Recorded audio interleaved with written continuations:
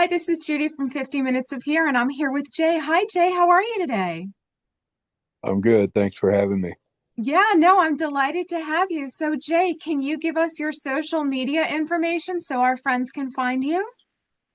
You can find me under Jay's Haunted Appalachia on TikTok and YouTube. I also have a subreddit, or my Facebook is Jamin Swanson, which is the name I'm under here. That's you can find me on Facebook there. Yeah, and Jay, I know you've been really open about what you've been going through recently. How are you feeling? I'm recovering. It's a process. There's still a lot of pain, but nowhere near what it was when I first got home. So Yeah, yeah, no. Well, we're all wishing you well and sending you prayers and making sure you're taking good care of yourself, right? absolutely, and Yeah. I'm being taken good care of. I can't complain. Oh, I'm well, really that's blessed. That's good. So, Jay, you are so interesting, and I'm so appreciative of you joining us today. How did you get interested in Appalachian history and spooky Appalachia? Well, I had my first paranormal experience when I was very young, 7 or 8 years old. My relatives had bought a house outside of Atlanta, and I had my first experience there with a ghost, and I've just been fascinated ever since. And the history, I kind of took to that to our local history. There's just layers upon layers here in the South, and it's really fascinating me. I just kind of took to it like a fish to water. Yeah, and now, so that's a really interesting thing because some people might be afraid if they have an encounter, which is completely legitimate. I understand that, but it seems like you responded to it favorably.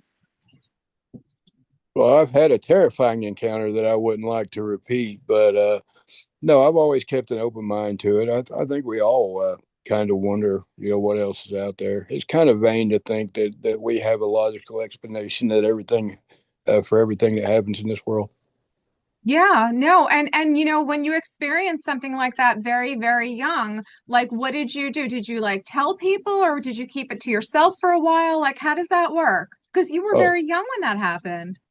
oh no, I was very open about it, and fortunately, my mom, she was mostly around when I was younger, and she never tried to be dismissive or shut it down. So I have her to thank for that.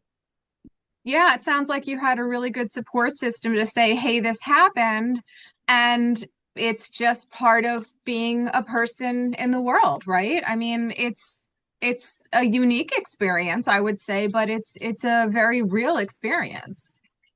Absolutely, and I'm Yeah. really thankful because I've read so many accounts of people that were gaslighted basically and told that the experience that they had didn't happen Yeah. basically, and people know what they experience. Uh, so I'm just really glad that I wasn't brought up that way.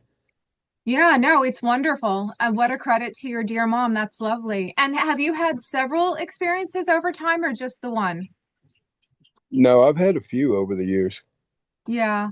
Yeah, it's funny you say that because you find out sometimes later that something happened. I remember I was at a very old hotel. It was more like a bed and breakfast.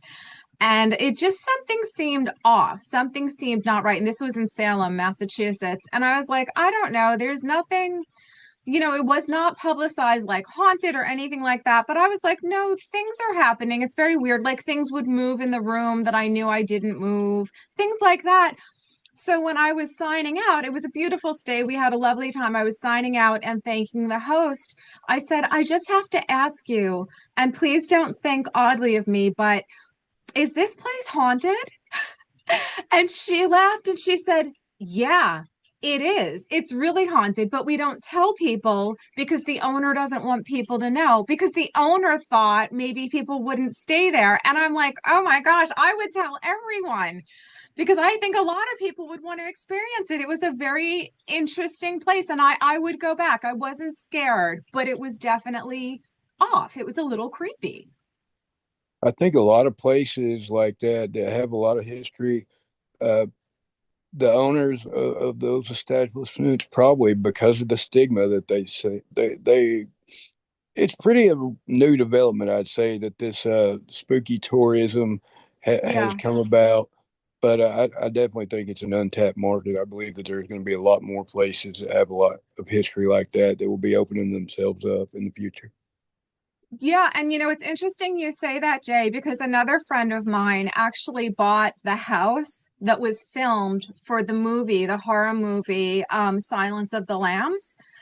And yeah, and he actually rents out the house so you can go vacation there and like do fun photos and stuff like that. And I'm like, oh, this is interesting. This is fun. People are having fun with this now.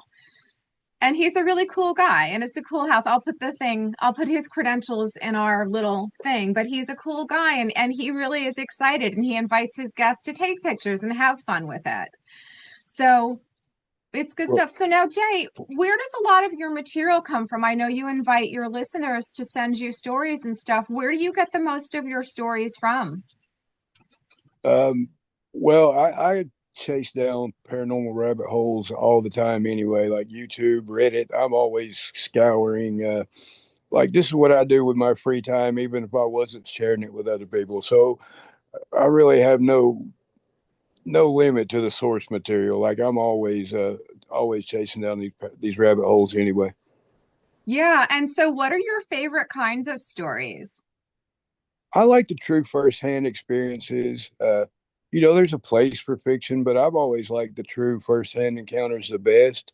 Of course, I do love the classics that I grew up with, like the Brown Mountain Lights, and I felt compelled to share those on my channel as well.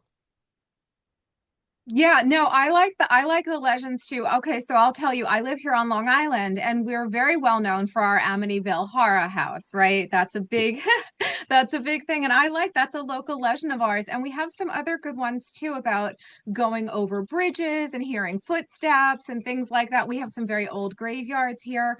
So I do like the historical stuff too, but I'm wondering, do you get a lot of people who want to tell you their stories because you are so open to it?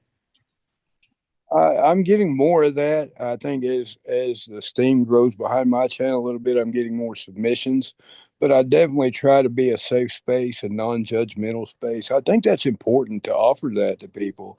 It's just a place where they can feel safe, to tell their story without fear of being judged. Yeah, I 100% agree. And that's why I'm delighted that you're joining us today. So let me ask you, do you find that people are more willing to talk about spooky things with like you or someone in this community when they would be with other people who are kind of like just out there in the world? Like, do you find like, I know that with me, a lot of people will tell me, oh, did you see this scary movie? Or did you read this scary book? Because I'm in that community. So do you find like a lot of people will approach you very comfortably, almost like they know you and say, hey, Jay, I have to tell you about this? I have been getting a lot more of that. I think people, once they find out that you're in the paranormal community, and I think that's a good way to put it as a community or even a family, Yeah. is that I get a lot of that. And once you tell them, oh, I have a channel where I tell spooky stories, it's like an in for them. Oh, let me tell you about this. So, yeah, it's definitely been an in. Yeah, and so it's interesting too. Do you really what do you prefer to talk about? Do you prefer to talk about more close to home stories, or do you prefer to bring in other parts of the world? And I'm asking because I have little trivia questions that I put up, and one of my trivia questions was from England, and I was like, oh, that's interesting. Maybe if I ever get a chance to travel, I would like to see that. So it was interesting because I'm very used to the more local stories that I have. So it was kind of interesting to hear about something overseas. Oh, I'm definitely open to it, especially since, the Appalachians are part of the Scottish Highlands. Like that, if you buy into Pangea, what you could put it together on a map and see where the pieces fit together. So the Appalachians just pick up in the Scottish Highlands. So and plus the Celtic and Druid, notwithstanding the heavy influence of the church here in Appalachia, we just have so many facets to our history that yeah, I'd love to explore it all. Yeah, and that's an interesting point you bring up. So you do, you're in a beautiful part of the world where you do have a rich culture, and it's spiritually beautiful, and then people beautiful, and then environment beautiful. So do you find that the cultures marry and live together, or do they sort of branch off still? And by that I mean, like, I know a little bit about the Celtic history, and I know a little bit about Druid history, and I'm Roman Catholic, so I know a lot about the church. I'm a Christian. So, how do you find that all works together in your lovely community? I would say if you want to see an inclusive community, you'd have to visit Appalachia. Yeah. Uh, as backwards as we're often portrayed, Appalachia is very inclusive and very open-minded. We have, facets of all religions kind of embedded into our culture, uh, and it'd be impossible to isolate it all. It's all become rolled into one culture.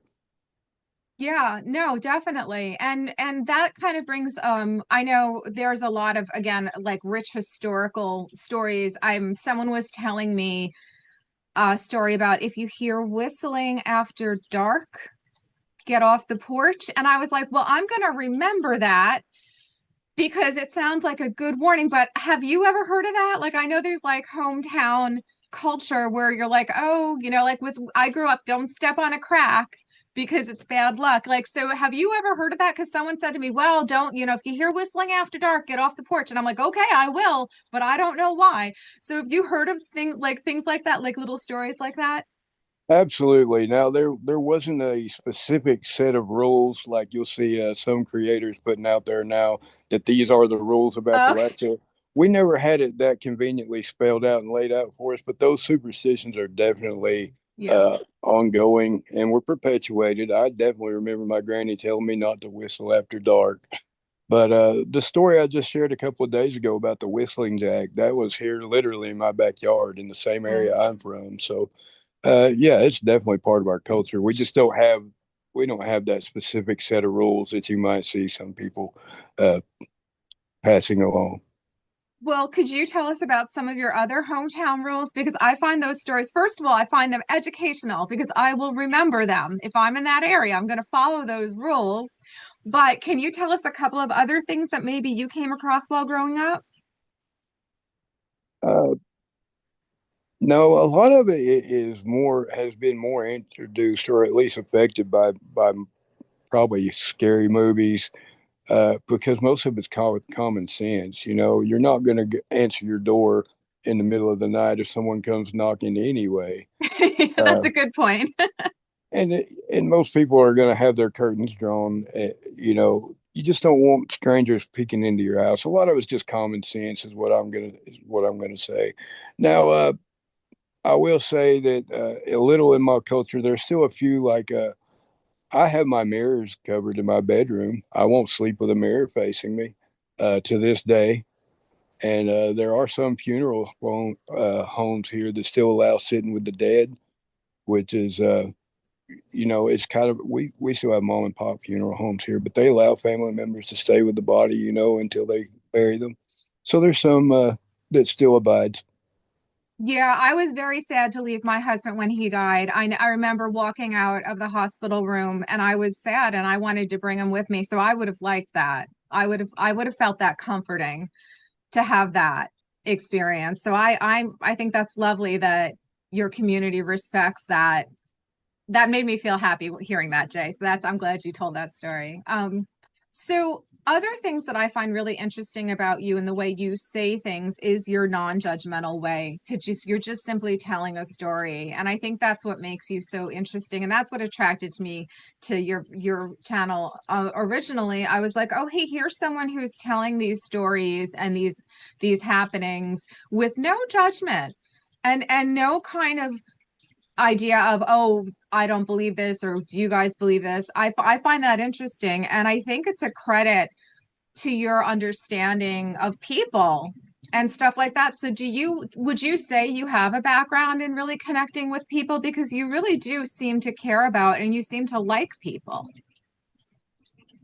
I do try to come from a place of empathy. It's just I try to treat people with that same respect that I would like to be treated with, and I don't know. That's just the way I was brought up.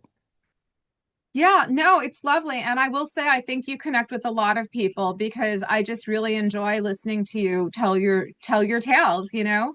So what is up for next for you? Like what is your hope now with this channel and what kind of things are you looking forward to for 2026? My gosh, we're in 2026.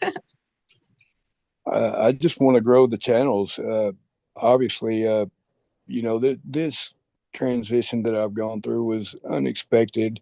So really, I'm just trying to make it a pivot, and I'm going to try to double down with the focus. This was kind of a hobby of mine, and I'd like to see it grow into something that might pay the bills, or at least something that becomes a safe space. I want it to get more known and become what it can be, whatever that looks like. I'm just going Yeah. to devote all the time and effort I can to it and really grow it and see what happens. Yeah, no, and so Jay, how can we help you do that? I'm definitely going to put you on all my social media and recommend all my friends check you out. But is there anything in particular you'd like us to highlight or any kind of comments that you'd like our listeners to go back and look for in your stuff? No, I think the problem right now is just there's not a lot of people that know about me. So the more you talk about Jay's Haunted Appalachia, the more you share it, that makes my day. Thank you. That's all. Yeah. That's all I'm No, looking for is for people to know that I'm out here. yeah, no, I definitely, I enjoy telling my friends. Like I said, I have a lot of friends that I cherish, and we are in our little spooky community, and I enjoy telling them, hey, check this out and check that out. So I'm gonna ask you a favor if you don't mind. Would you consider joining us again sometime down the road for another interview just to check in? Oh, absolutely. I really want to collaborate with other creators in paranormal or paranormal adjacent spaces. I believe in it just not only on principle. I think supporting other small creators is important, but I really want to grow this community too. Yeah, no, I love it. That would be so great. So I'm gonna thank everyone for listening. This is Judy. Just hang on because I want to say goodbye to you after. But this is Judy from 50 Minutes of Fear, and please check out Jay's Appalachia. And Jay, tell us your webpage again. Where can we find you? Oh, it's Jay's Haunted Appalachia on YouTube, TikTok, and also I have a subreddit which I probably need to post to. I haven't updated that in a few days, but and also I'm Jamin Swanson on Facebook, and that's all my socials. Great. And you know what, Jay, if you want to email me your Reddit, I'll get that up in the credentials too. But everyone, check out Jay's Haunted Appalachia. And again, thank you for joining us for our interview.